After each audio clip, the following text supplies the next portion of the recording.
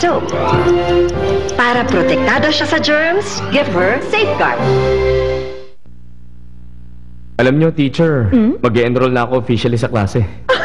Okay, ikukuha lang kita ng form sandali. Oo, salamat. Teacher! Ha?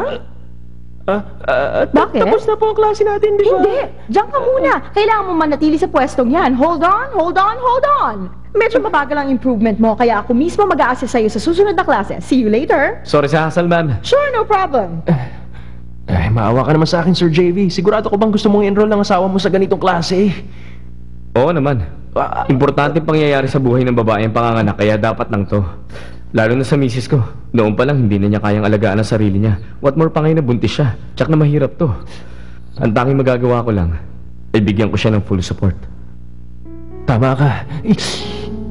Biglang tumaas ang tingin ko sa babae. Sir JV, gusto kong mag-file ng 1 linggong leave. Oo ba? Pero kalimutan mo na yung coffee shop project. Madaya ka, nangako ka na sa akin. Hindi mo na yung pwedeng bawiin. Akin na yung project eh. I'm Wala nang bawian. back! Heto ng enrollment forms. Salamat, teacher. Naku, Mrs. Song talaga. Mali na naman ang posisyon mo. Kapag nagsistretch ka, dapat itaas mo ang legs mo, palapit sa ulo mo. Ganito. Ayoko. Wag na po, Tinutulungan teacher. Wag na.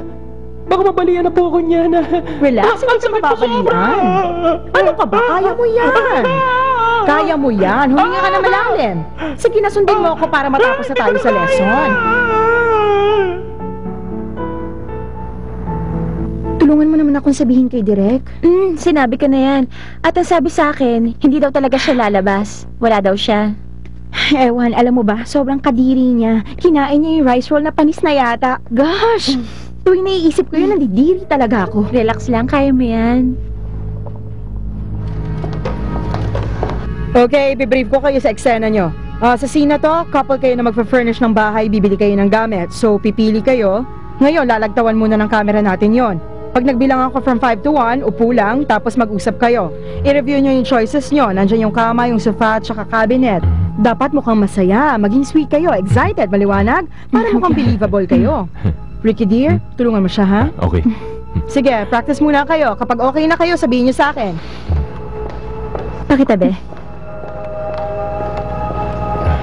Tingnan mo, ang cute nito. Wow, mukhang maganda yan, honey. Eto pa. Oo nga, maganda rin yan. Bakit napakalapit mo sa akin?